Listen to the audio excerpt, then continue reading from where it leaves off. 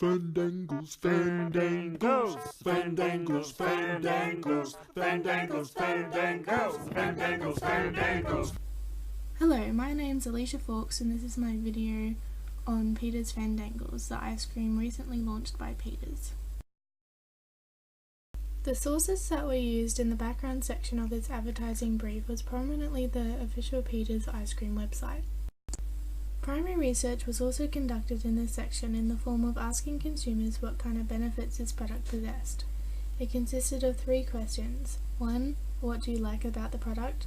2. What don't you like about the product? And 3. What did you think of the packaging? Primary research was also conducted in terms of gauging how many competitors Peters ice cream was up against in the marketplace. This was done by taking a trip to the supermarket and recording the names of competitors of Peters ice cream. Primary research has shown that the reason why Fandangles needs to advertise their product is because their brand awareness is very low. This is a problem because if consumers are unaware of the brand name, they will be less willing to purchase the product. The advertising objectives were chosen as they aim to solve the advertising problem, which is the lack of awareness of the brand.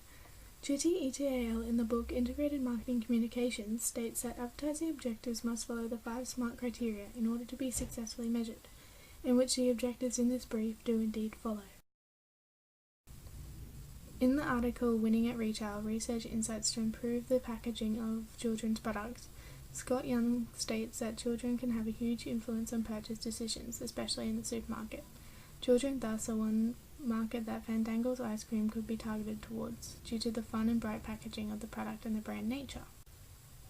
Primary research into the target market has indicated that young people are sick of the same old boring ice cream flavours and want to try something new.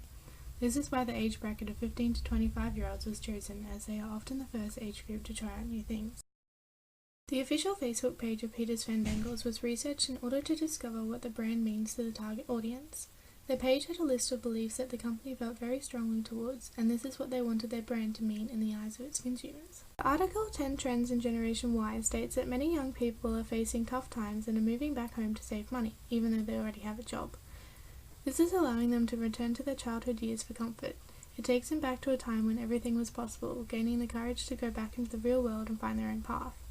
This justifies the audience take-home factor, bringing nostalgia back to ice cream, reminding young consumers what it's like to be a child again. In terms of media channels in which this advertising campaign should use, in the article 10 Trends in Generation Y, Melanie Scriffler states that Facebook and Twitter are among the top social media sites that Generation Y uses on a regular basis. It also states that these young people are actually still watching television shows when they air, so that they can talk about the show with their friends later on social media afterwards.